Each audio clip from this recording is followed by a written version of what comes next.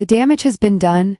As Trump claims victory on Greenland, Europe loses trust. Davos, Switzerland. President Donald Trump flew home from an international conference here Thursday with a parting message.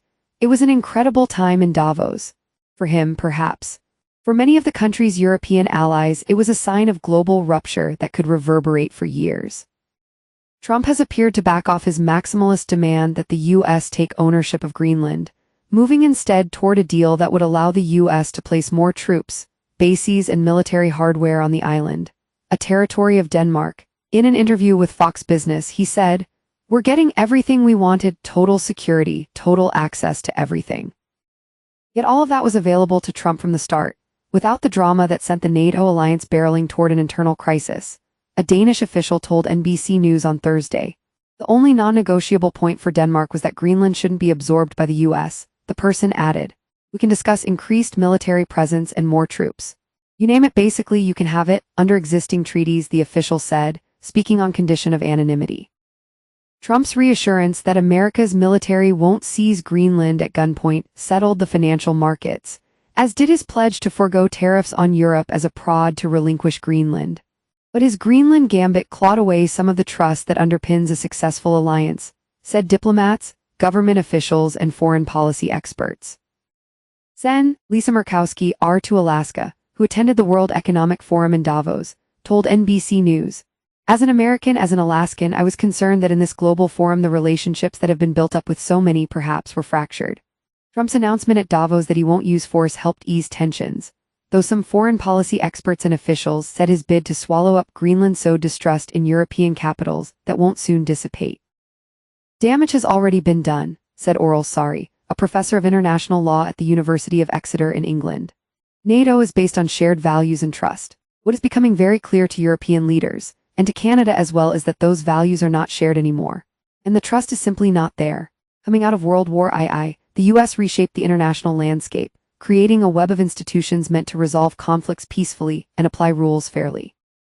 As a superpower protective of its own interests, the U.S. has breached international norms at various times. Yet the structure that evolved over the past 80 years averted a Third World War while creating broad prosperity in the West. Now, Democratic leaders warn that America is destabilizing the very order it birthed. Before Trump touched down in Davos, Canadian Prime Minister Mark Carney warned in a speech that geopolitical relations are undergoing a rupture. German Chancellor Friedrich Merz echoed Carney's point in his own speech in Davos on Thursday. He warned that the international order of the past 3 decades, anchored in international law, has always been imperfect. Today its very foundations have been shaken. The new world of great powers is being built on power, on strength, and when it comes to it, on force, Merz said. It's not a cozy place. Before the conference, Trump was coy about how far he would go to acquire Greenland. Asked whether he would use force, he told NBC News in an interview Monday, "No comment." He said at a news conference Tuesday at the White House, "You'll find out," when he was asked about the extent to which he'd push.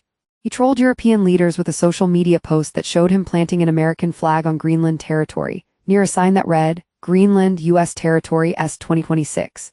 If it was a joke, Europeans don't like the punchline. About 10,000 Danes took part in a demonstration in Copenhagen, their nation's capital, this week protesting Trump's attempt to annex Greenland. People in the crowd wore hats that read, "Make America Go Away," a play on Trump's campaign slogan. A puzzling subplot in the Greenland saga was Trump's climb down. In his speech Wednesday, he insisted that the U.S. needs ownership of Greenland.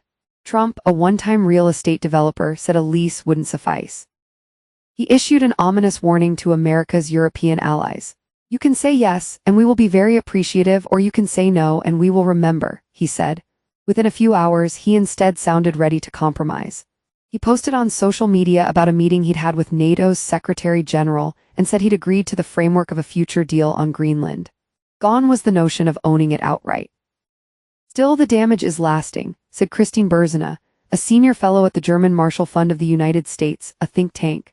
By attacking the sovereignty of a NATO ally, he has rattled the markets and shaken the confidence of allies, Berzina said. He had to backpedal from his ill-to-advised wording that he wanted to own a different country's territory. Now he has to be on cleanup duty to wind up in the same place. Watching from a distance is Russian President Vladimir Putin. One of Putin's strategic goals is to disrupt the NATO alliance, which has been a bulwark against Russian territorial ambitions in the West. Sen. Chris Coons, to Dell, a member of the Foreign Relations Committee who attended the Davos conference, told NBC News. Putin is celebrating this misguided effort to extract meaningless concessions that were more about Trump's needs for an abstract win than American national interests.